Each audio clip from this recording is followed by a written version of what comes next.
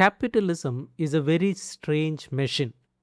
It does not code flows like primitive societies. It does not overcode flows like despotic empires. Capitalism decodes flows. What does decoding mean? It means breaking all the old rules. It means destroying the old barriers. It means turning everything into an abstract quantity. Think of money. Money is a general equivalent. It can buy anything. It does not care about quality. It does not care about tradition. It only cares about quantity. $100 is $100. It does not matter if it buys bread or bullets. Labor becomes abstract too. A worker is no longer a farmer tied to the land. He is no longer a slave tied to a master. He is a free worker. He has nothing to sell except his labor power. This is a terrifying freedom. It is called deterritorialization. Capital becomes a flow. Money is not just coins in a pocket, it is a capital moving through banks, markets, and factories. Capital seeks one thing: more capital. It is a self expanding flow. Capitalism is born from the encounter of two decoded flows. On one side, free workers with nothing to sell but their labor. On the other side, money capital ready to buy that labor. This encounter is contingent. It could have happened elsewhere, it could have happened earlier, but it happened in Europe. This is the first great point. Capitalism is not a natural evolution, it is a historical accident. It is a meeting of decoded flows that broke the old machines. Capitalism has two opposite movements at the same time. First, it deterritorializes. It uproots everything. It sends capital to the moon. It turns workers into nomads. It destroys old codes, old families, and old territories.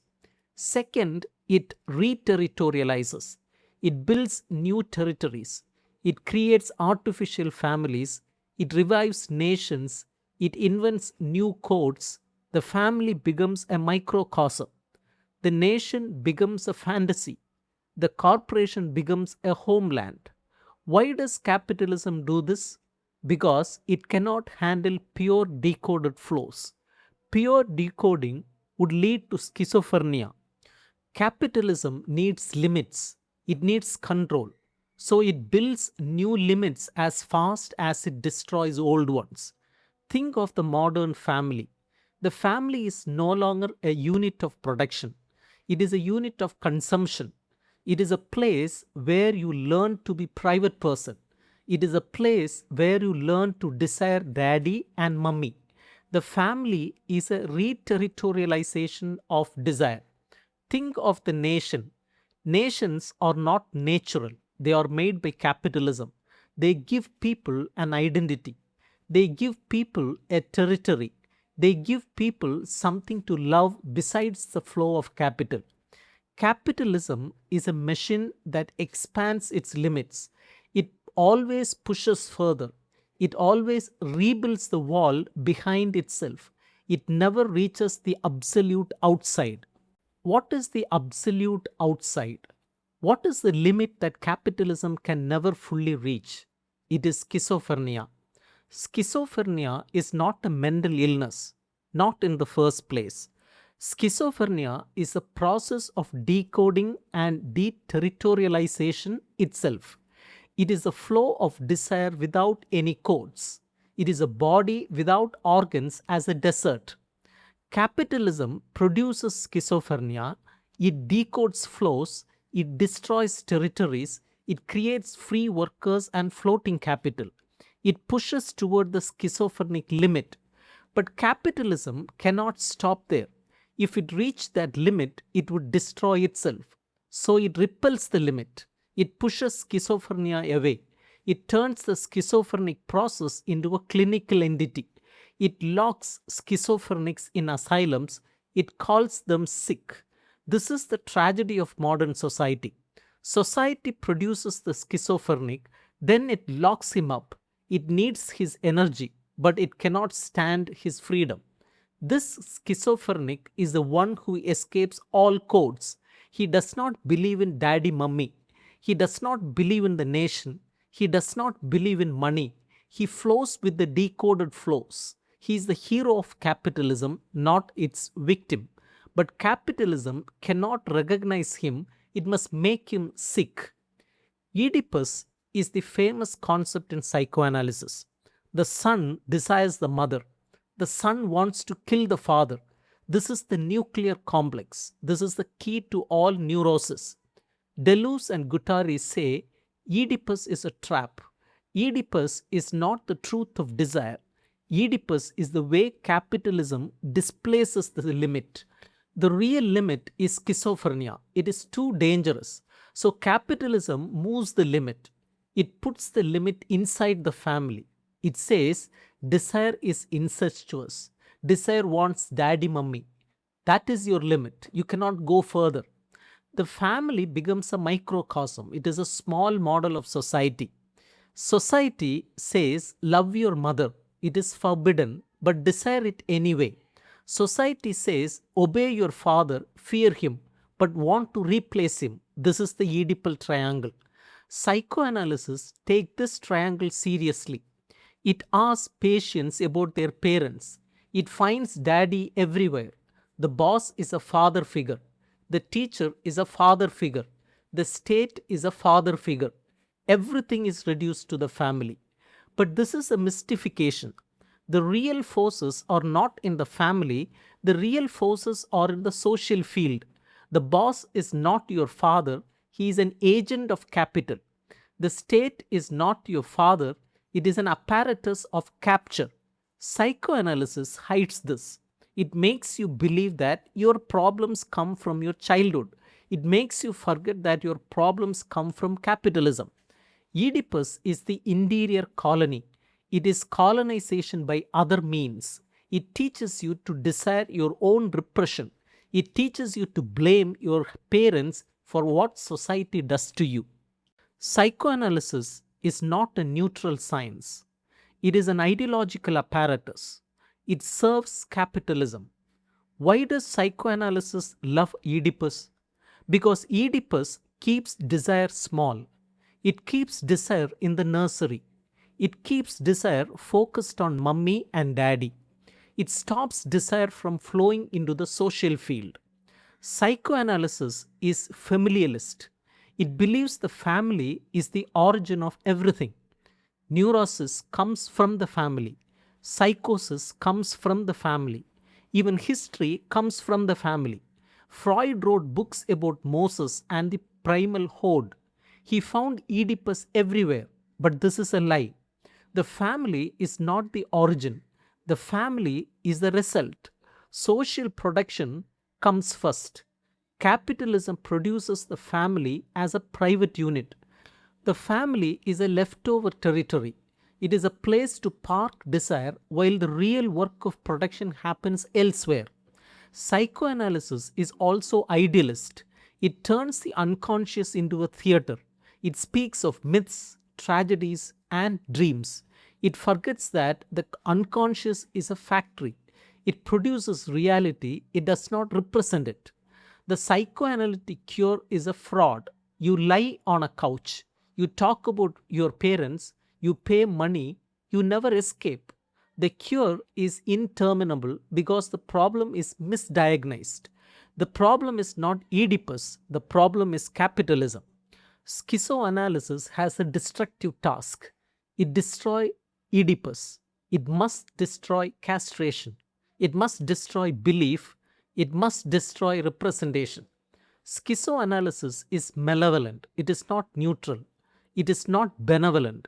It is actively hostile to the Oedipal machine.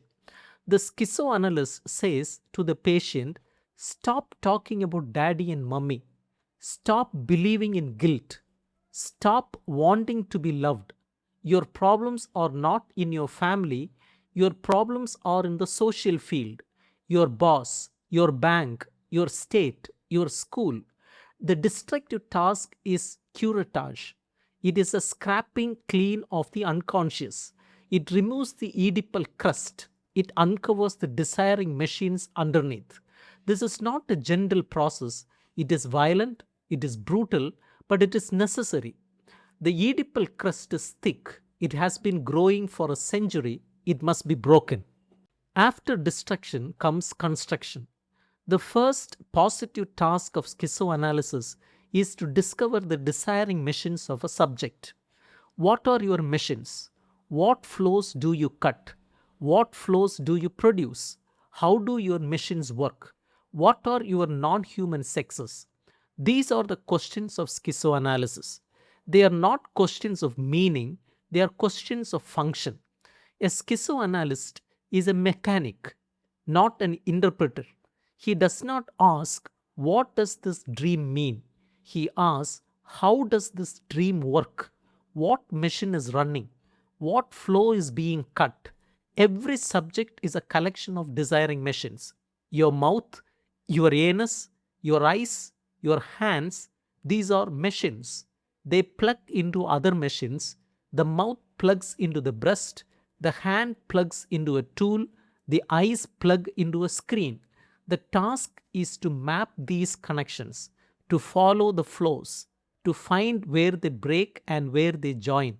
This is a materialist analysis.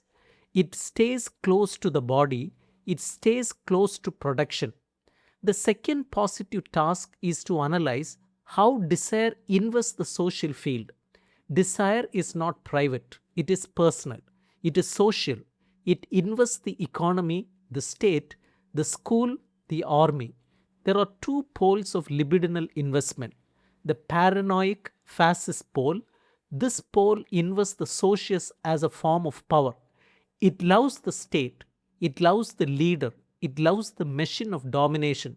It says, I am one of you, I belong to the superior race.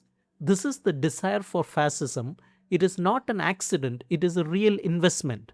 The schizoid revolutionary pole. This pole follows lines of escape. It breaks the codes, it deterritorializes. It says, I am not one of you. I belong to the inferior race.